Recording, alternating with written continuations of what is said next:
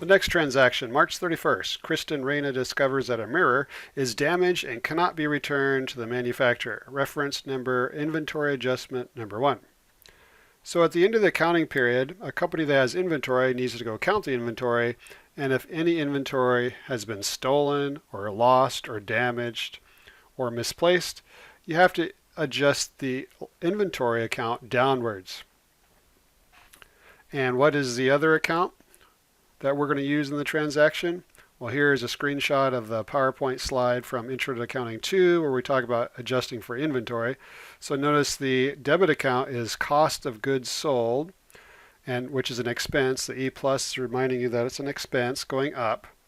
And then the inventory account is going to be going down. So in this case, the inventory account is going to be inventory mirrors, and we will have to find the cost of goods sold account that most closely works with this adjustment when we do the transaction. So let's do the transaction.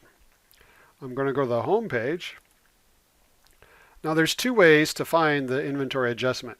Remember, who do we buy our inventory from? Vendors.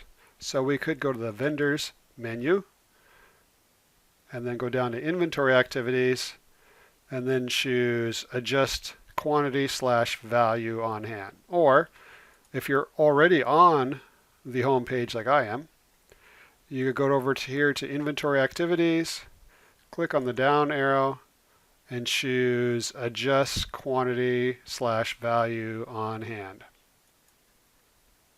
So the first thing we want to make sure is that the adjustment type is quantity, not value, because we're going to lower the quantity by 1.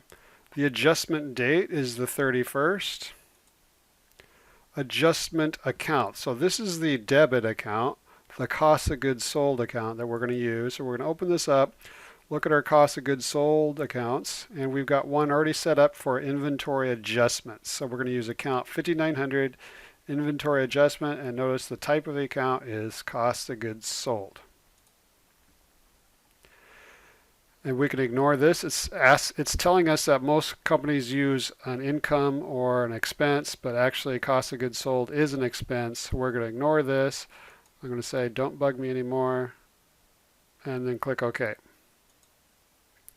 Reference number is INV, which stands for inventory, ADJ, which stands for adjustment number 1. Customer job, it's not associated with a customer or a job. And which item are we adjusting? It's the mirrors. And notice it says quantity on hand is 7. That's what our accounting records show, but actually we have 1 less because we've damaged it. So we actually have 6.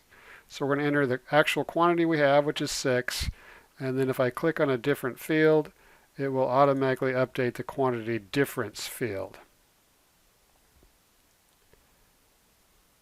Then I can click Save and Close. And I can go back to the journal. We'll check a look at the journal to see what's going on. The dates are, the date is the 31st.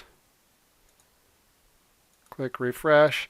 And here we have our inventory adjustment account, 5900 being debited. So remember, that's the cost of goods sold account that's going up. And then our inventory account for mirrors is going down by 1. So notice in our journal, it keeps track of the value. So this mirror must have cost us $150. So in the journal, we don't enter in quantity, but behind the scenes, QuickBooks is keeping track of quantity anytime we buy or sell or adjust the amount of inventory. And it does it for each of these inventory items that we're selling. And that's it.